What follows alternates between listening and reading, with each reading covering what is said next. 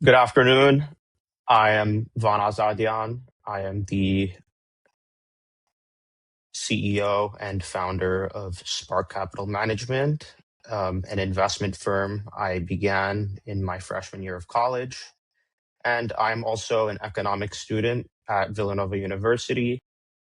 And I'm joined today by none other than Dr. Vahan Janjigian. He is the Chief Investment Officer at Greenwich Wealth Management, which he joined in 2010, where they oversee $3.4 billion in client assets.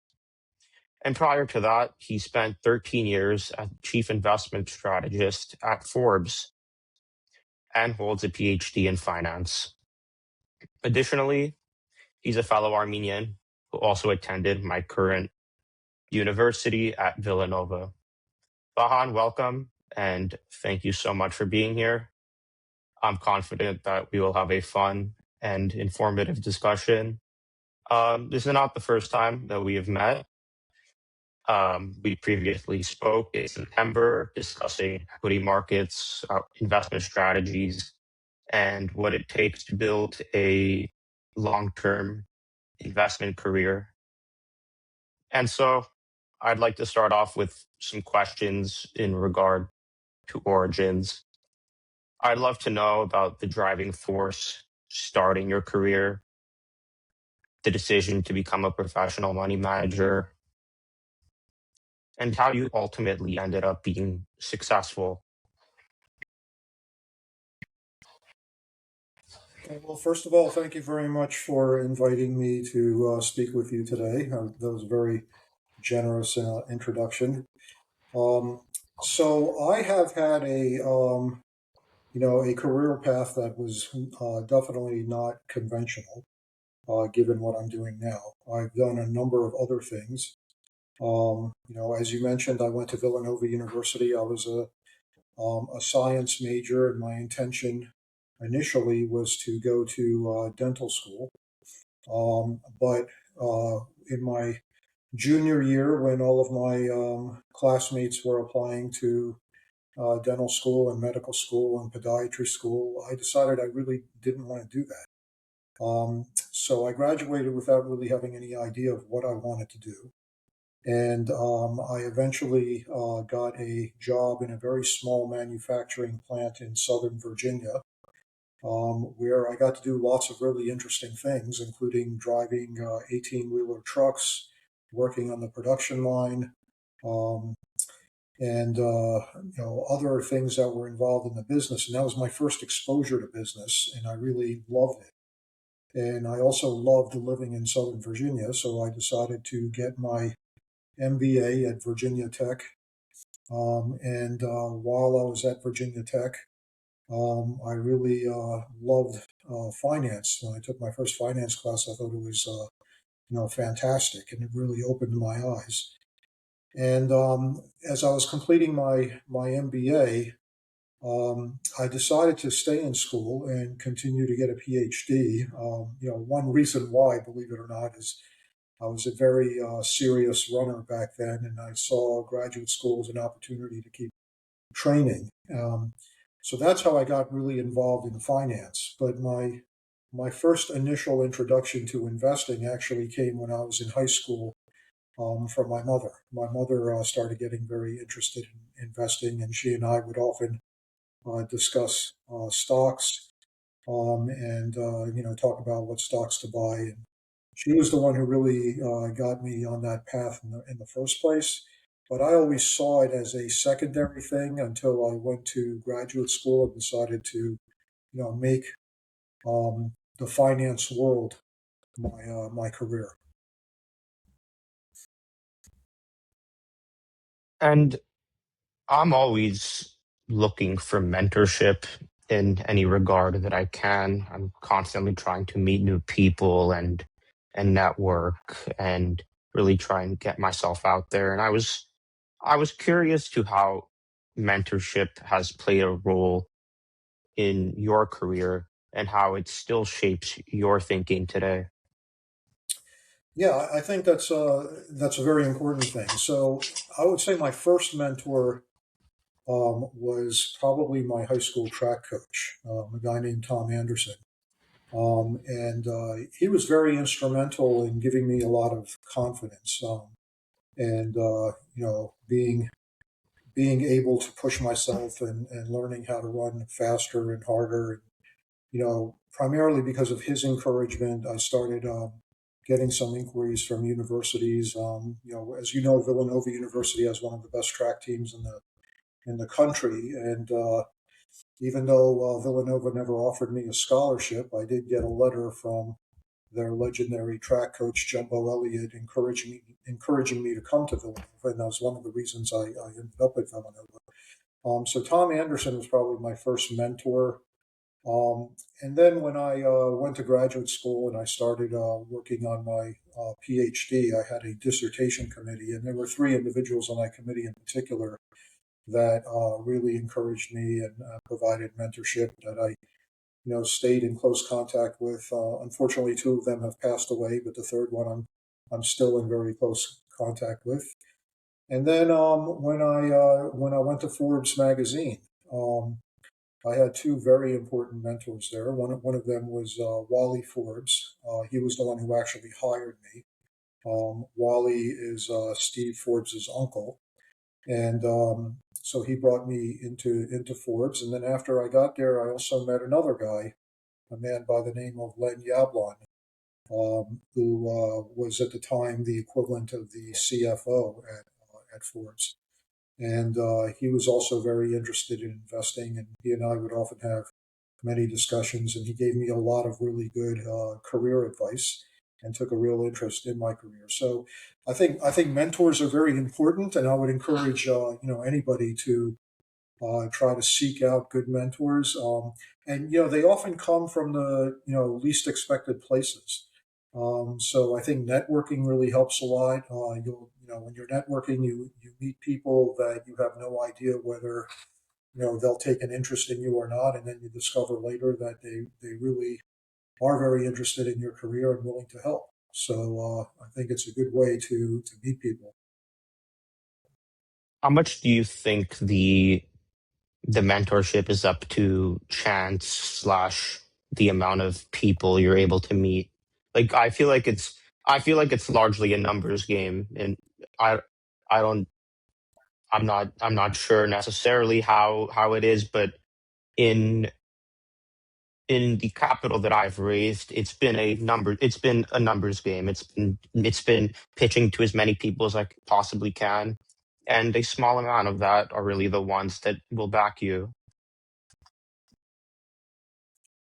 Well, I would say in every aspect of life and everything you do, chance or luck plays a very important role.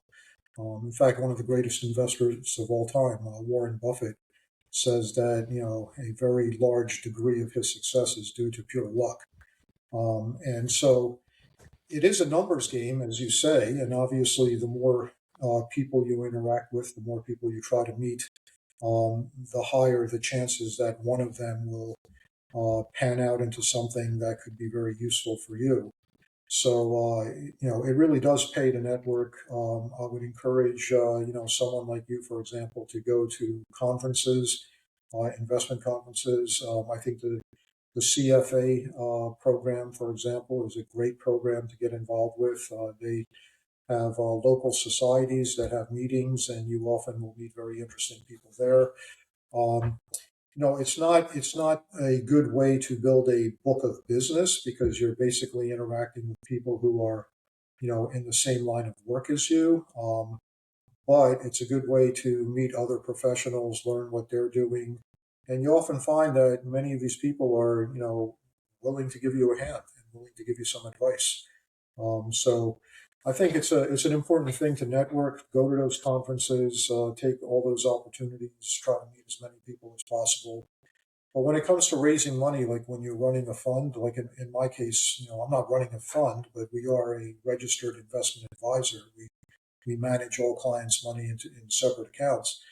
But I don't actually try to raise money. All of my clients are people who have come to me because they knew me, they heard about me, or they knew somebody who knew me, and they were referred to me. So the referrals are, a very important part of my business. Um, as you know, I often do interviews in media. I haven't found that that's been a very useful way of getting clients, but referrals from existing clients have been the most useful. I often get calls from people who say that, so and so is one of your clients, and she suggested I give you a call because I'd like to use your services. So I think that's a very useful way of raising money. So it's largely a network effect. It's just it's just one person meets the other meets the other, and it's a long term reputation you're building. Yeah, absolutely. Networking is a very important part of any career. I think a lot of people underestimate the important role that networking plays. And it starts in college. You have classmates who then graduate and get jobs, and they can often help you.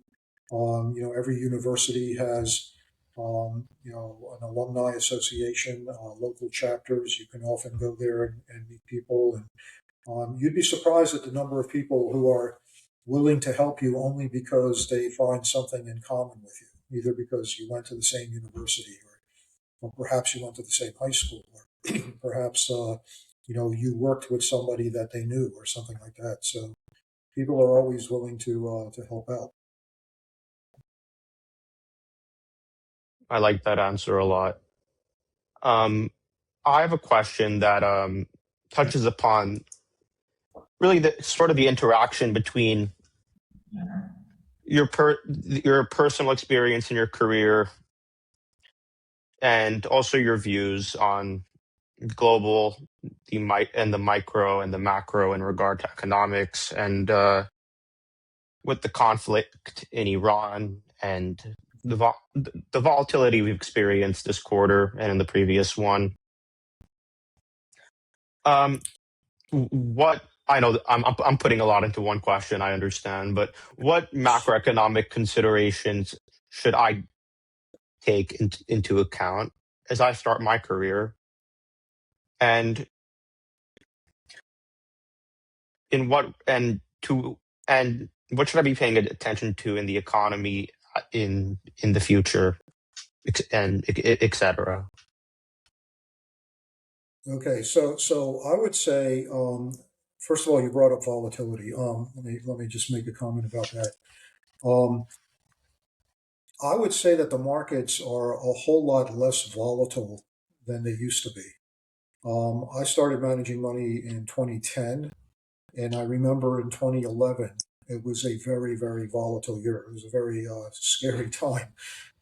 In fact, there were, if I remember correctly, in 2011, there were 35 trading days that the stock market moved by at least 2%. Now, a 2% move in one day is huge. I mean, that's a very big move. To have 35 of them in one year, that's almost 15% of all of the trading days.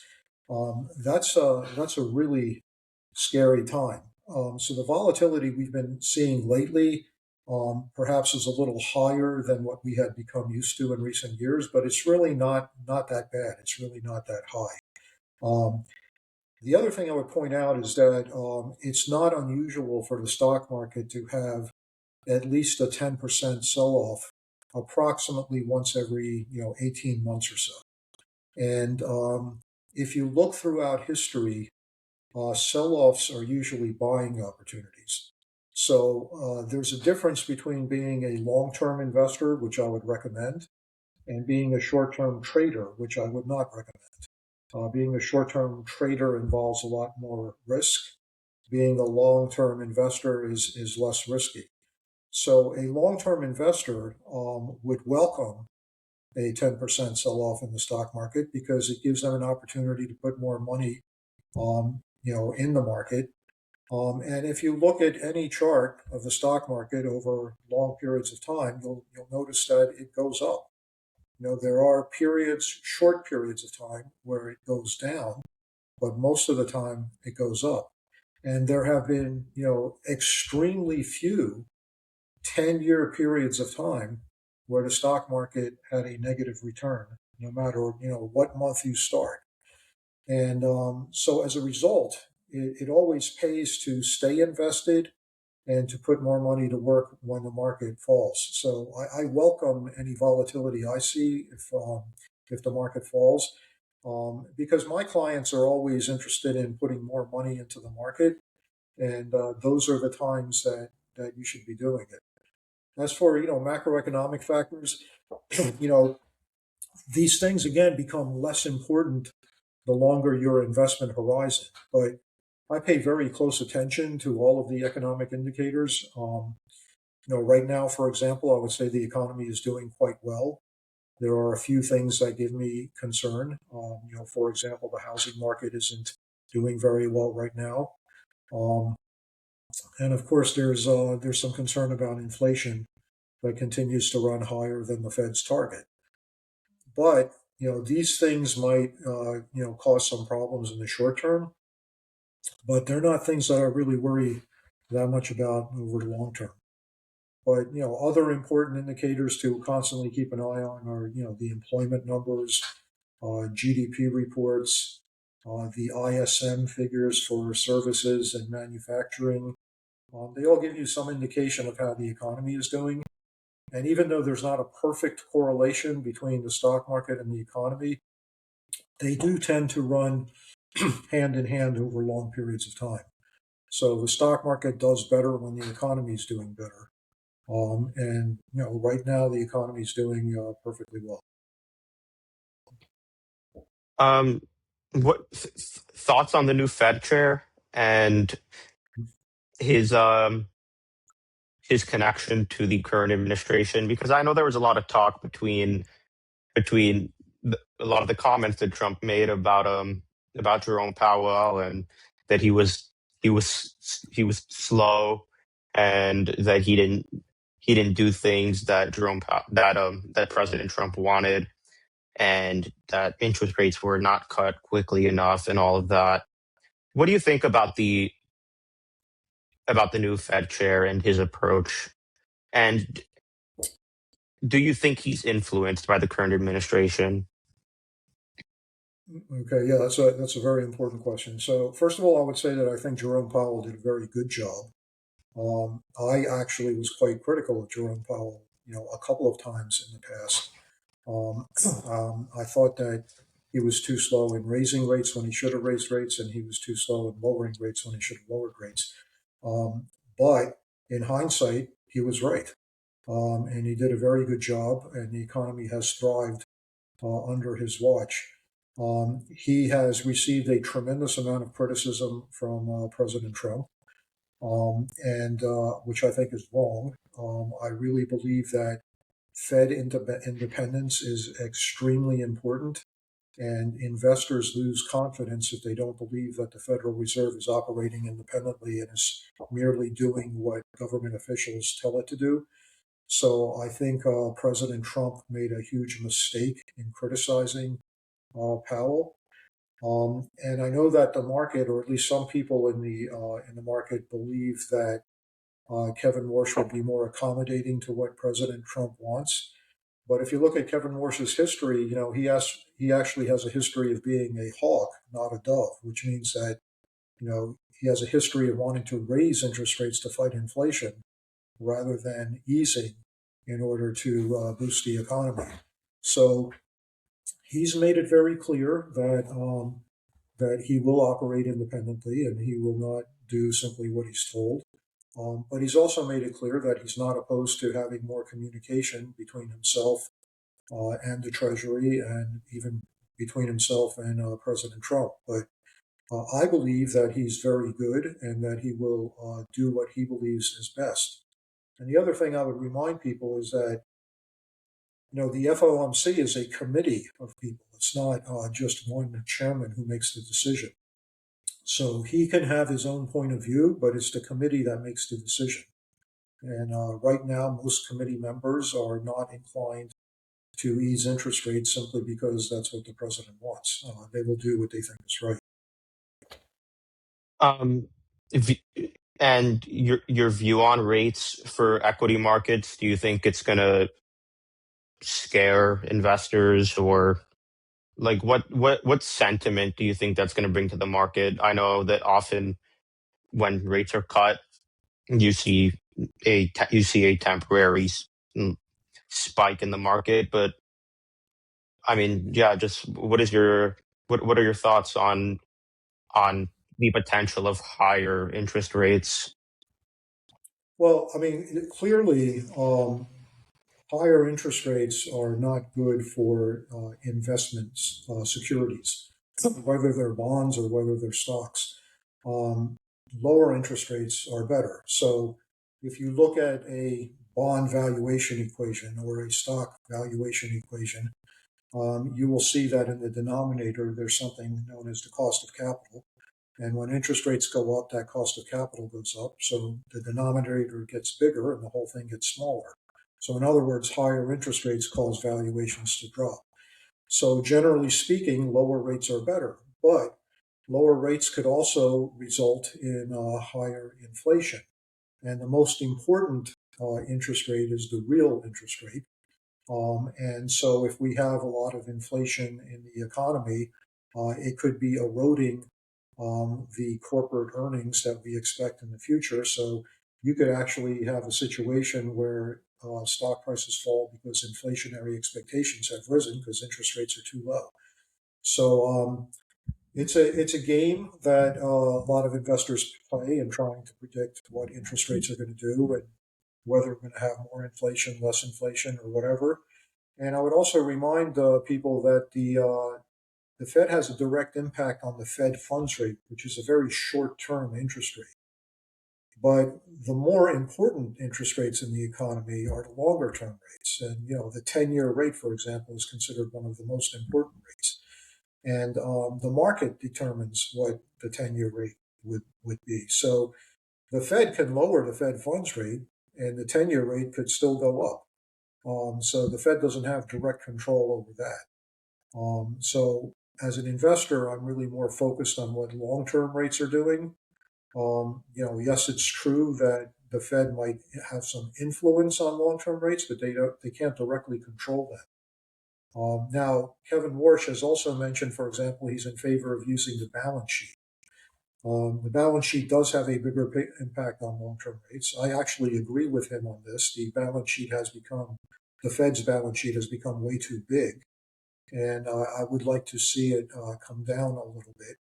But reducing the size of the balance sheet is basically equivalent to tightening, um, uh, you know, economic policy, macroeconomic policy. So um, it's not directly the same thing as raising the Fed funds rate, but it could have the same impact. So it has to be done very carefully.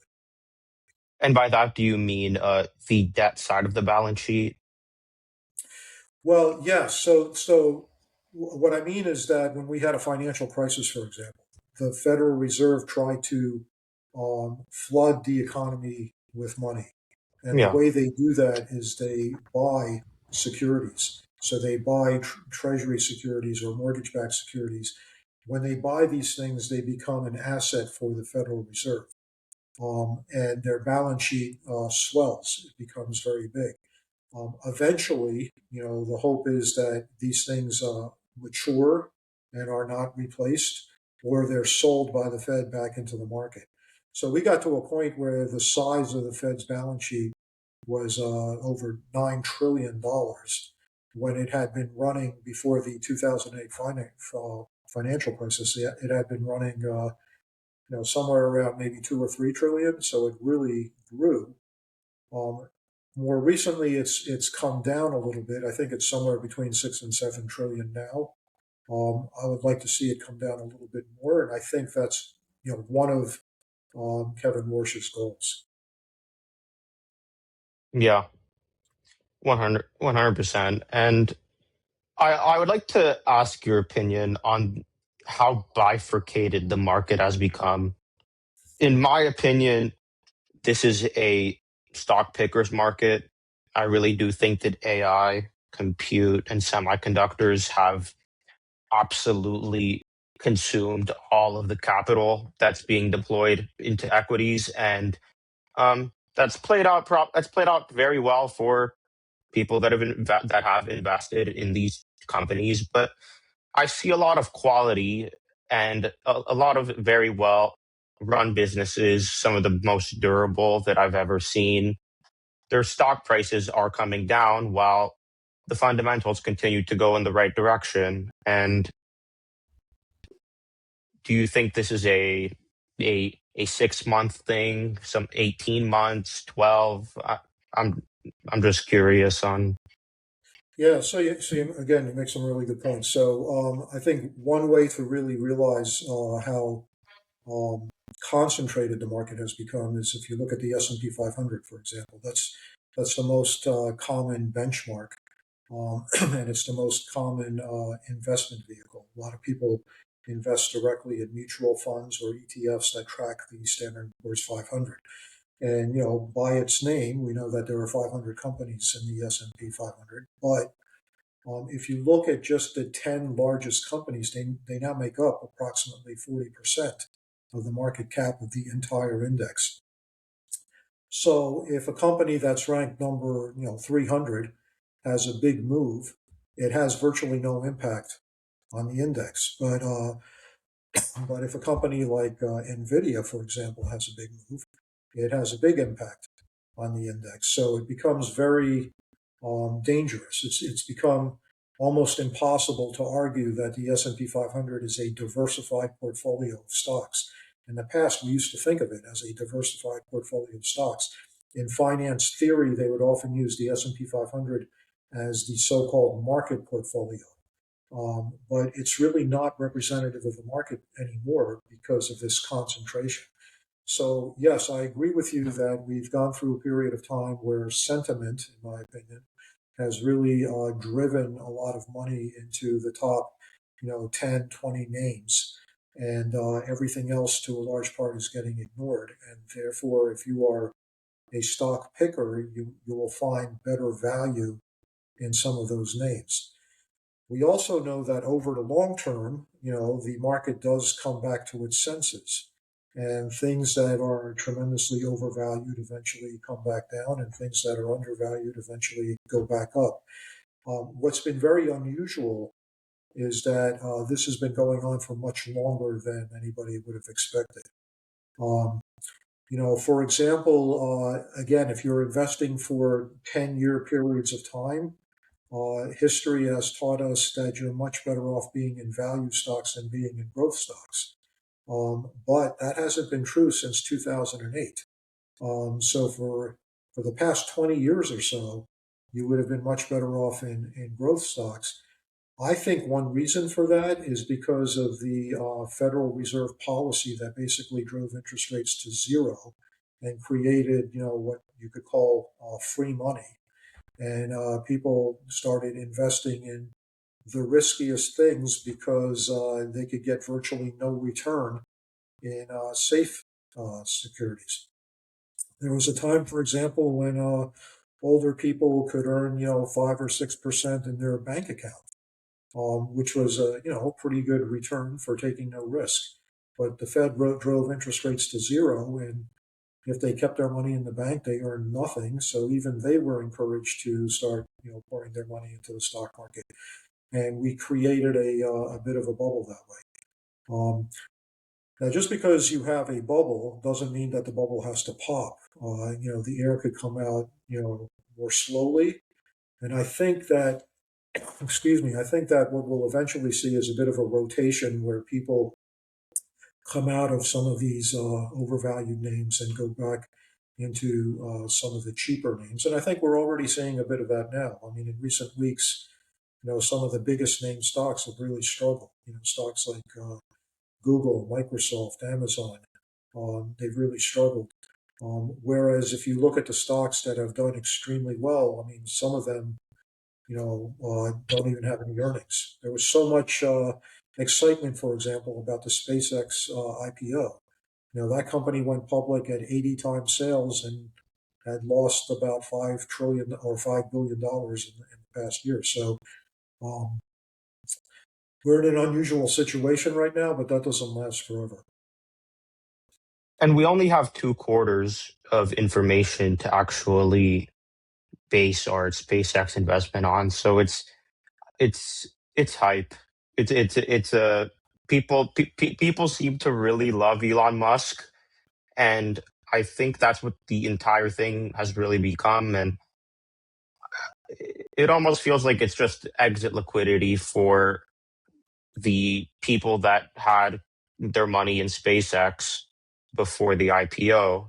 And the 2 quarters that we've seen evidence of their data,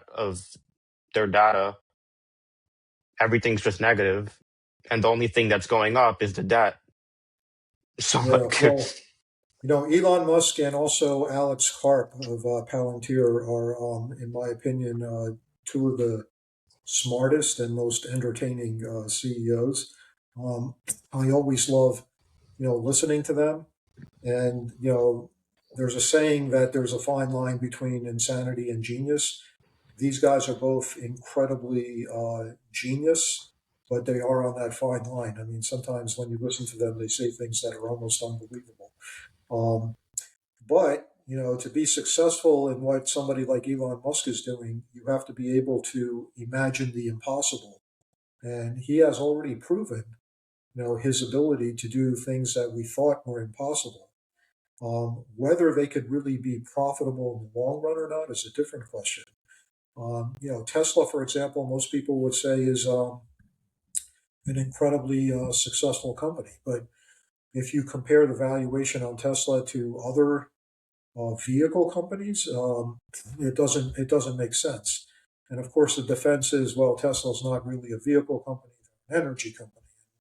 They're a different kind of company. So there's some truth to that, but in the long run, I think it's a very overvalued stock. I think the Tesla vehicle is a great vehicle, but it's something I always try to tell people that there's a big difference between a great company and a great stock.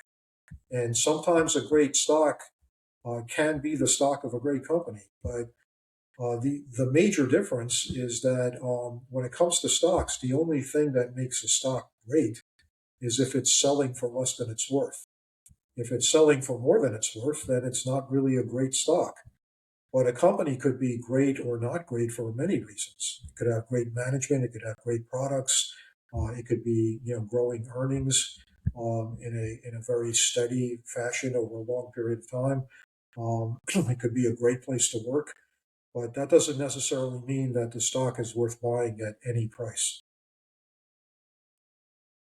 so over the long term, we should stick to fundamentals. Is Yeah, over the long is term, everything is the makes main sense. message. Um, Yeah, that's the I main think, message. In the short term, things can get out of whack, but in the long term, things tend to make sense.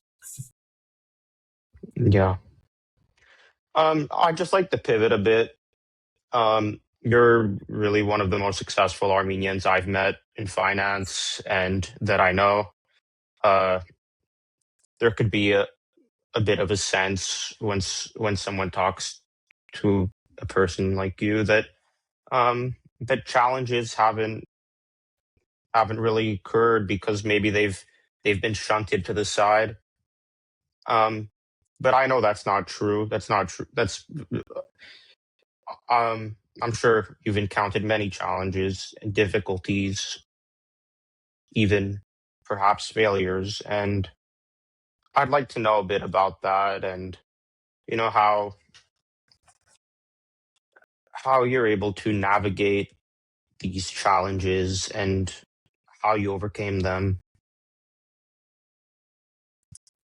Well, I would say, like, unlike many people I know, I didn't really, plan my career the way it went.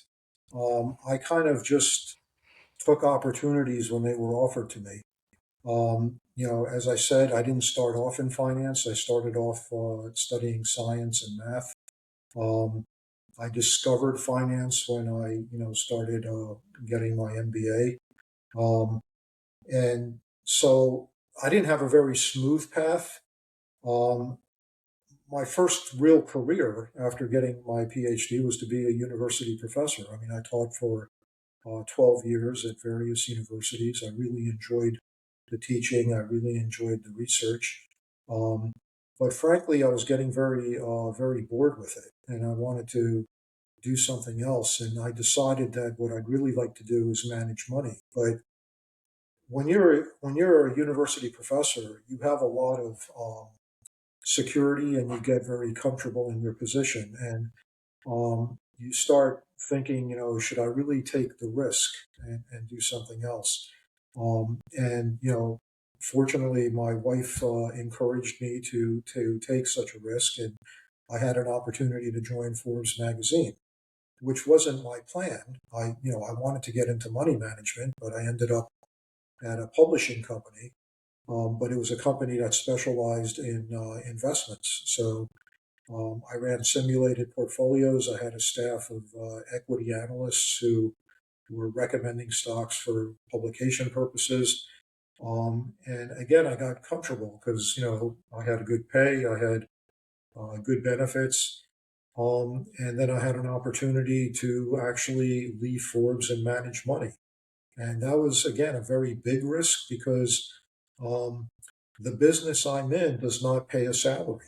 Um, you have to earn your own living by having your own book of business. And I had no book of business. I was, working at a publishing company. But again, it was my wife who really encouraged me to take the risk and do it. She had a lot more confidence in me. So yes, there were lots of challenges on the way. I can't say that, fortunately, I can't say I had, absolutely catastrophic challenges. I think the bottom line is that if you, keep your head on straight, and you work hard, and you evaluate opportunities as they're presented to you and be open to new ideas and new things. Sometimes you find yourself doing something that you didn't expect, but it leads to the next step, which really opens other doors. So yeah, I mean, things weren't handed to me. Things weren't easy. Um, I had some challenges, growing up and stuff like that. My stepfather passed away when I was still in high school, and my plan was to go away to college, but my mother wasn't handling that well, and so that was another reason I chose to go to Villanova because my high school was right down the street from Villanova. So I was able to stay in the neighborhood. So there were, lots of challenges for everybody, but you just meet them and move on. So you'd say the lack of a mission is likely worse than the chance that you could take at a big gain when comfortability and perhaps failure is a chance, but you took a risk in your career and it's it's paid off very well for you. So Yeah, yeah, do you you got to think take risks. I would, that's one of my recommendations would be, especially when you're young and you don't have a family, that's the time to take risks. That's the time to try things that may or may not work out. you don't have that much to lose in reality if you're in your early 20s, right? Or some or Well, yes, yeah, a, a younger person. yeah.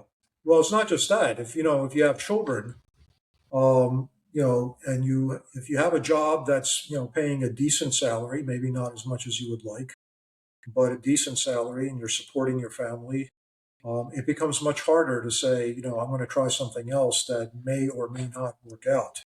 Um, but if you're not married yet and you don't have children and you don't have anybody depending on you, it's easier.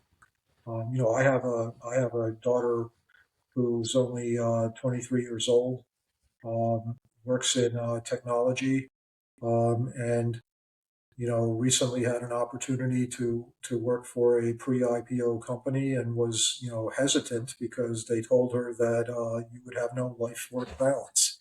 And I told her, well, this is the time to have no work-life balance. This is the time to take those chances. So it's something she's still thinking about, but we'll see what she decides.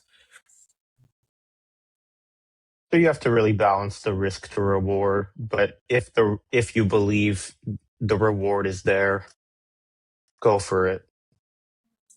Yeah, so I'm not suggesting you take a gamble and you do things No, that yeah, are too risky, but some risks are worth taking, and you don't want to spend the rest of your life doing safe things, and then at the end of your life, realizing that maybe you should have done something else. that's a that's a very good answer. Yeah, it's like It I always say it's better to try and fail than not to try at Yes, all. and I'd like to also discuss perseverance and grit. And do you think it's something that you're born with, or is it something that like can be acquired or learned? And if it is the latter, what advice would you give to somebody to develop those skills? Perhaps like a more straightforward example is like, how are you able to navigate '08? Oh, so '08 was interesting because I was not managing money in '08. I was still working at Forbes. But for me, it was more of an academic thing. It was very interesting what happened. It was very interesting watching the market. Of course, I had, personal investments in the market that, were affected, but I wasn't managing other people's money. And that's one of the hardest things to do when you're managing other people's money and you see that kind of volatility. It can be really scary. In this business, it's always better for you to lose your own money than to lose clients' money. Um, '08 was a very tough time, but it was another example of how long-term investors did really well because they took advantage of sell-offs. They bought more stocks, and the market eventually came back. One concern I have, however, is that a lot of investors have now learned this lesson.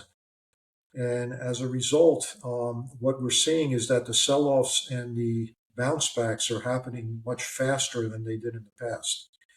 So, for example, if I told you in the beginning of 2020 that we were going to have this massive pandemic, um, and that the stock market would sell off, you would have probably sold all your stocks and perhaps bought oil or something like that. If I were to tell you that Russia was going to invade Ukraine and that Hamas was going to attack Israel, these things are really scary. And people would have said, "Oh, I'm getting out of the market. I'm selling all my stocks, and I'm going to just keep it in the bank." And that would have been the wrong thing to do because, yes, we saw the market sell off, but we also saw the market come back much faster than we anticipated. During COVID, for example, I had two clients who got very scared and wanted to get out of the market after we already had a sell-off. And I tried to convince them that this is the time to put more money in the market, not to get out. Um, One of them said to me, I'll get out when the market starts doing better and I feel comfortable, or I'll get back in when the market starts doing better and I feel comfortable. And he did, but he missed the first 30% increase. I had other clients, however, who did exactly the opposite. They would call me on the phone after that big sell-off after COVID-19, and they said, "I'm sending you more money because I think this is the opportunity of a lifetime." And they turned out to be right. But I am concerned that people are now getting used to this. If you look back in history, whenever we've had sell-offs, it's taken the market usually a longer period of time to recover. It does recover, but it doesn't recover instantaneously.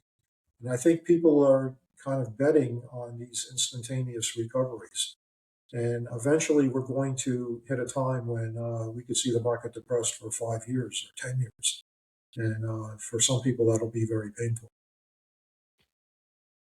And we've really seen that like V-shaped recovery in the past 2 years. I mean, we had Liberation Day, which was Yes. such a big dip in the market for a few days, and then we then had the Iran war, which completely dropped the market in the first quarter of this year. So like w- the past 2 years, there's been just such a up and down. Like so, like I'm trying to like yeah just relate to what you said, and that like yes, people are probably going to get more comfortable with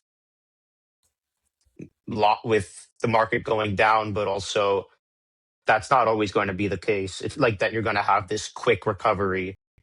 So yeah, Yeah, the quick recovery to me is a sign of complacency. And I am worried about too much complacency in the market right now.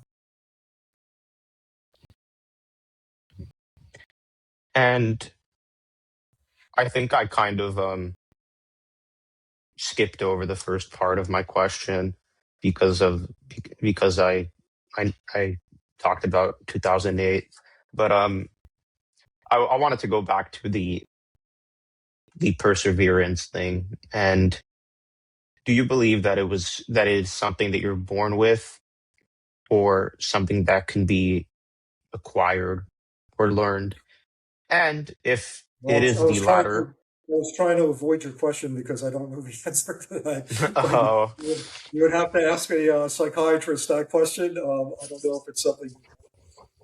It's certainly true that some people tend to be more, have more perseverance than others. There are people who just don't give up. They just keep trying and trying and trying, and then there are people who give up after one failure. I don't know if it's something that's learned or acquired.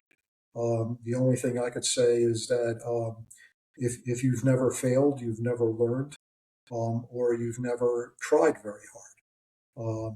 I think failure is a very good teacher, and I think it's important to try things and fail, and then you get better. In fact, I know that in the venture capital business or the private equity business, a lot of investors prefer to invest in companies where the CEO has tried to create other businesses in the past and failed because they believe that the experience of failing makes them a better CEO going forward. so it can be developed, I guess. Yeah, I'm sure it can be developed, but yeah, that's more of a question for a psychiatrist than for me. Yeah, understood. Um, as you look forward in the age of artificial intelligence that we've been in since Q4 of 2022, and like the role that you see in technology and in finance as we move forward, like what is your opinion on that, and how it maybe helps investors generate alpha? Is it better for efficiency? Is it like what is the impact on of AI on finance and technology on finance? Well, I think the impact of AI in finance is similar to the impact of AI in other industries. It can help you do your job better. It's like an assistant. But the big question is, can AI help you pick better stocks? Can it help you generate better returns? Um, and the problem with that is that if the answer is yes, that if you use AI, you can get better returns, then everybody will use AI. And if everybody starts using AI, then they'll all get the same returns, and you are no longer able to outperform because everybody's doing the same thing. Um, on average, the stock market goes up the average return. And so some people, lose, some people gain, some people make more money than others, but there's an average return. And so everybody cannot beat the average. Only some people can beat the average. And if everybody's using AI, then everybody's basically getting the average. Another question is, will AI replace people like us, the human beings who are actually managing money for other people? Um, in my business, I find that my clients want somebody to talk to. So right now, and in fact, it's been available for years that investors could use what are known as robo advisors, which is a form of AI to construct portfolios um, at a much lower cost than what an advisor like myself would charge. And I think those robo advisors are, pretty good and probably a good idea for people who have relatively small amounts of money. There's no reason, for example, that if you have, let's say, $100,000, that you would have to pay a human advisor, a fee of 70, 80 basis points to manage money for you. You can do this through a robo advisor for much less. But people who have several $1 million, they want somebody that they can call and talk to, somebody that can give them advice. I often get calls from my clients about things that are not even related to the portfolio that I'm managing for them. For example, I recently had a client who had an opportunity to buy some condos in Florida for investment purposes. I deal in stocks and bonds. I don't deal in condos, but I said I was more than happy to give them an opinion, and they, sent me the documents. I looked at them, and thought this might be a good opportunity for them. Um, that's not something I charge for. I just do that for free for my clients, and they like having somebody that they can bounce off ideas like that. So I don't think AI is going to replace people who are managing money for high net worth clients. But I think people who are managing money for the mass affluent may have a little bit more trouble. Um, I completely agree with that, and I look at it from the perspective of like S&P Global and Moody's, for example. Like they're credit rating agencies, and like I'm sure you know that I don't need to explain that. But AI hallucinates, and I I don't I just don't think that like people who may have millions and potentially billions of dollars being managed want an AI making all of that decision making. I think that human judgment there is very, very important. Yeah, I agree. But there are lots of tasks that AI could be very useful for. Everybody in my family is using AI in their jobs. Um, I I tend not to use it because, as you mentioned, it does tend to hallucinate, and I have used it in the past and had to, double check and triple check everything. So I can't say that it saved me any time because I'm going to go through everything myself anyway. So, but it is getting better. And eventually, I might reach the point where I feel very confident with it, but I'm not there yet. Yeah. I recently I was watching an interview with Ken Griffin at Stanford, and he was saying that like he felt sad one day because one of his like a lot of his like very experienced employees who have like very high level jobs at his firm are being fired because of the use of agentic AI actually like replacing their jobs. Do you think that like it's going to I don't know, I feel like it's going to shape the way people think about finance, and people may Possibly, lose jobs. well, I have no doubt that AI will be very disruptive, and many people will lose their jobs. But what we know from the past is every new technology has been disrupted and destroyed jobs, but in the end, it ended up creating even more jobs and better jobs. So, the advice I would give to a young person right now is, um, you don't want to be in a position where AI replaces you. You want to be the person who knows how to use AI the best. So, I would do everything I could to get very familiar with it, learn how to apply it, and learn how to use it, because the people who can use it best are the ones that are not going to be replaced. And talking about getting replaced, um, I want to talk about like building a competitive advantage in finance. And if you were beginning your career in today's environment with the same ambition, what would you have perhaps done differently? I know you spoke about your time in academia, but yeah. Well, what I would, again, my career path was unusual for what I'm doing today, but for somebody who, who knows that this is what they want to do, um, I would highly recommend that, um, you take a lot more math classes and a lot more accounting classes. Um, Accounting is, you know, being able to really understand financial statements and work with financial statements and interpret financial statements, I think is, a very, very important role for an analyst in trying to determine a stock's strengths and weaknesses.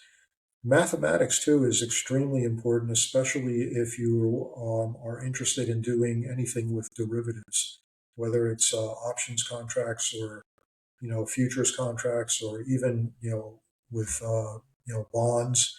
The valuation of bonds is very mathematical. I think these skills are extremely important. I think statistics is a very important skill to have when you're in this business. Those quantitative skills are key. So yeah, I would highly recommend any young person who's still in college but very interested in a career in finance or investing to try to take more math classes and really try to take more accounting classes. I know a lot of students would often avoid taking accounting classes any more than what was required, because accounting was always considered the most boring and the most difficult of the business classes. Um, but it's a very important skill to have. I'm not suggesting everybody become an accountant. It's not important to be able to create the financial statements, but it's very important to be able to understand and interpret them.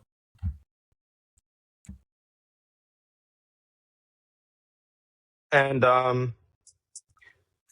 what are the critical pillars in your investment process? I think this is perhaps the most interesting question, and I'm sure throughout your career you've experienced some very volatile moments in the market. So, like, I'm curious how you stay resilient and focused in those times. Well, Warren Buffett has a famous quote that says, if you're a long term investor, you don't want stock prices to go up. You want stock prices to go down so you can buy more shares at a lower price. And to a certain extent, I agree with that. He says that the only time you would really want stock prices to go up is when you're ready to sell. And when people ask him, well, what's your favorite holding period? He says forever. He has no intention of selling. He'd rather just see his investments grow and grow. Um, but that's not really realistic for average people. Most people need to sell stocks once in a while in order to pay for things like college education, or buy a house, or to buy a car or something like that.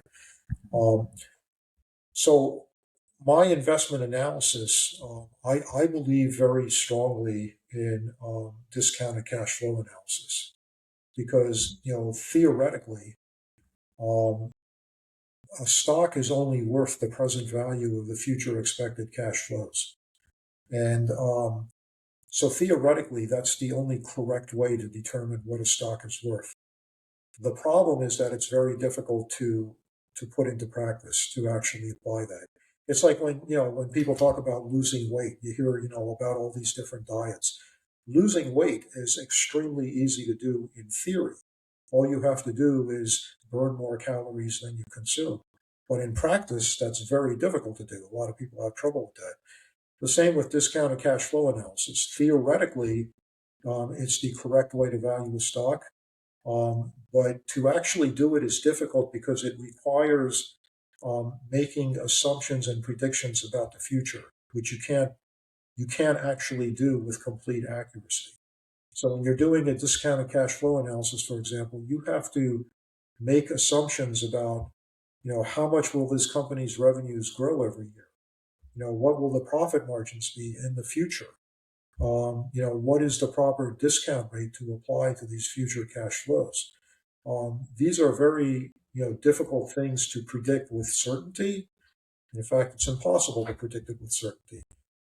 So when I do a discounted cash flow analysis, I like to do it um, in what I call a conservative manner. So if I believe that this company could realistically grow its revenues at 5% annually, I'll use a smaller number in my model.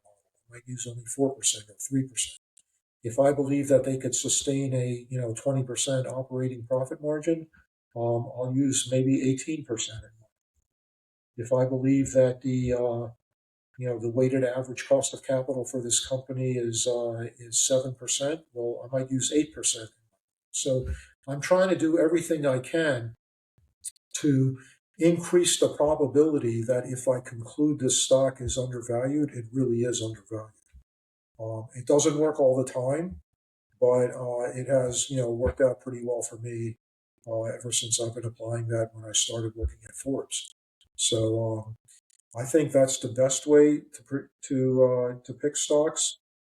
Now, of course, the easiest thing to do instead of picking individual stocks, the easiest thing to do is just put your money in broad-based market ETFs and forget about it. Because over a long period of time, they'll probably do well.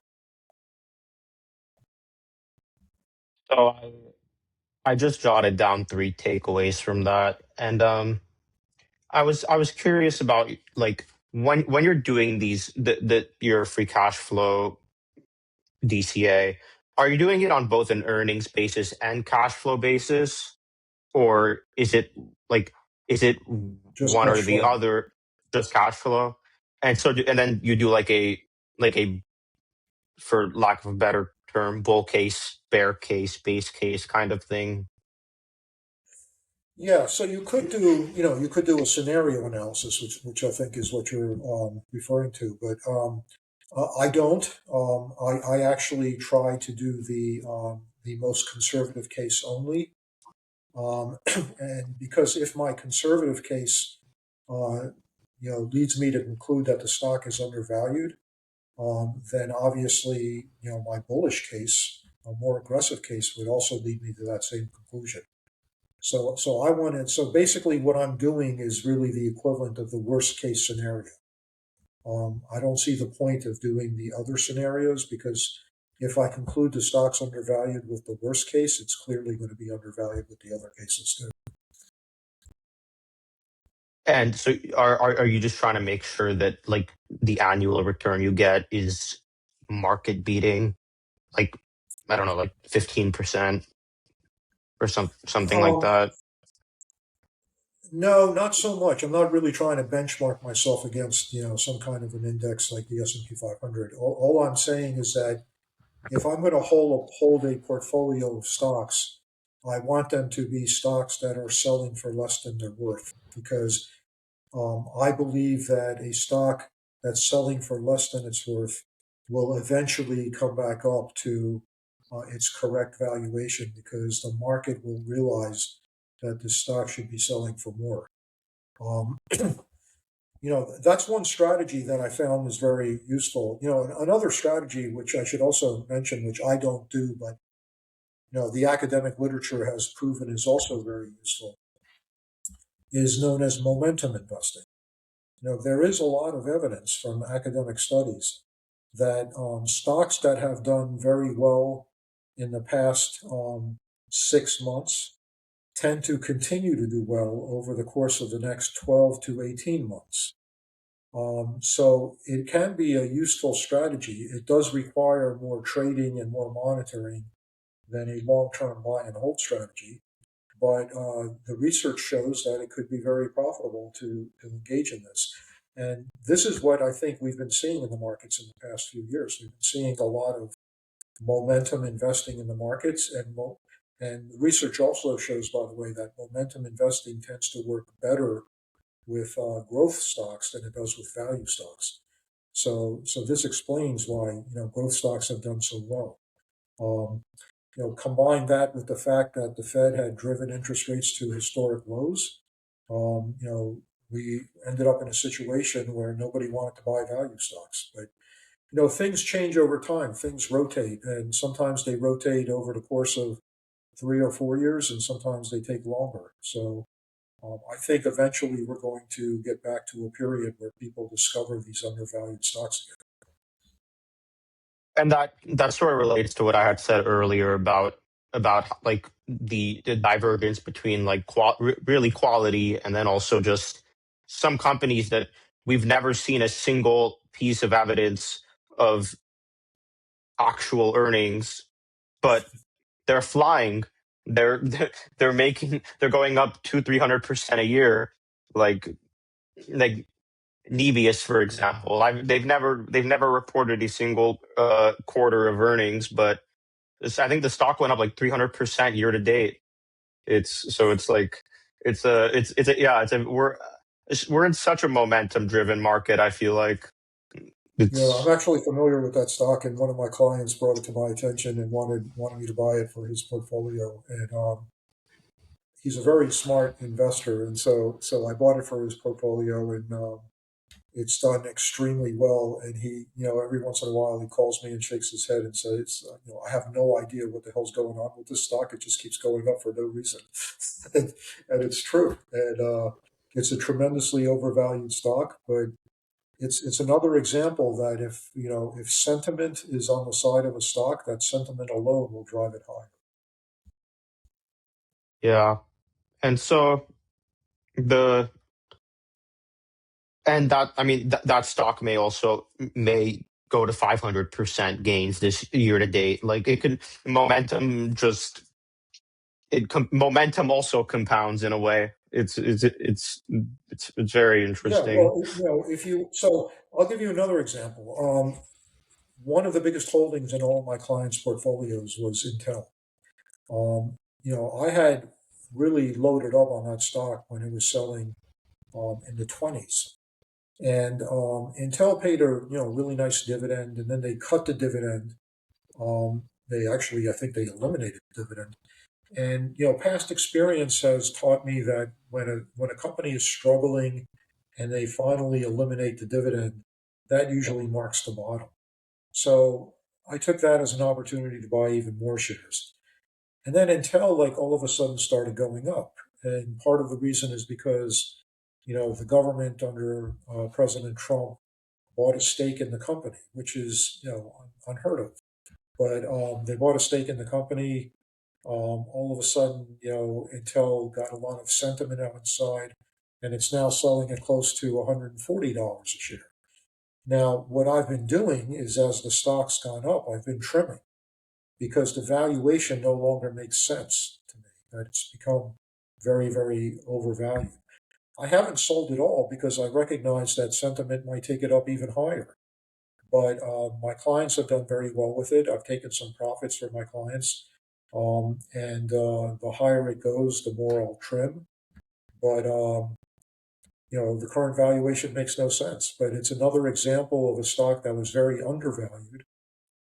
Then it made sense to me that it started going up, but it's gone up so much now that the valuation no longer makes sense. but who knows how much longer. And so, like, long term perspective and really just a fundamentals based approach is really your main, is my understanding of your investment process. Yeah, I'd say that's right. And one question I'd like to end off on is, how would you like to be remembered? Well, that's an easy question. The only thing I would like to be remembered for is being a good husband and father. That's it. That's a that's a that's a goal of mine. I hope to I hope to be a great husband and father one day as well.